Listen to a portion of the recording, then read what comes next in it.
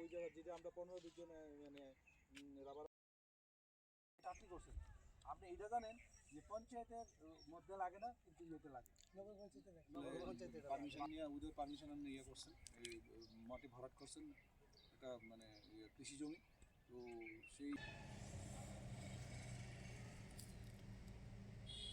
সকালবেলা যে এইখানে একটা কৃষি জমি মাটি দিয়ে ভরাট করা হচ্ছে, তো সেই নিরিখে আমি সঙ্গে সঙ্গে স্পটে আসলাম, দেখে যে রাস্তার পাশেই একটা দুর্গানগর বাজারের কাছে যে একটা পিজে রাস্তা আছে, ওইখানটা একটা মণিপুরি সমুদ্র পুকুরটার নাম মণিপুরি এলাকার পুকুর।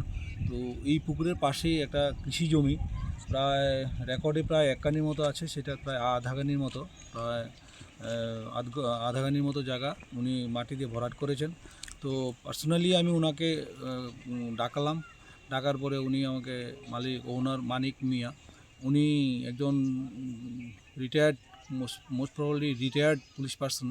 উনি যেটা তার বক্তব্য যা বললো যে উনি পঞ্চায়েত এরিয়াতে কোনো ধরনের পারমিশন নিতে হয় না, এটা উনি আমাকে বললো। আমি বললাম যে এটা আপনার ভুল, কারণ এটা সারা ত্রিপুরাতে একই রকম নিয়ম, 1960 টিএলআর অ্যাক্ট অনুযায়ী কোনো মানে যদি পারমিশন ছাড়া, উইদাউট পারমিশন ছাড়া যদি কেউ মাটি ভরাট করে, তো অ্যাজ পার টিএলআর অ্যাক্ট অনুযায়ী ব্যবস্থা নেওয়া হয়।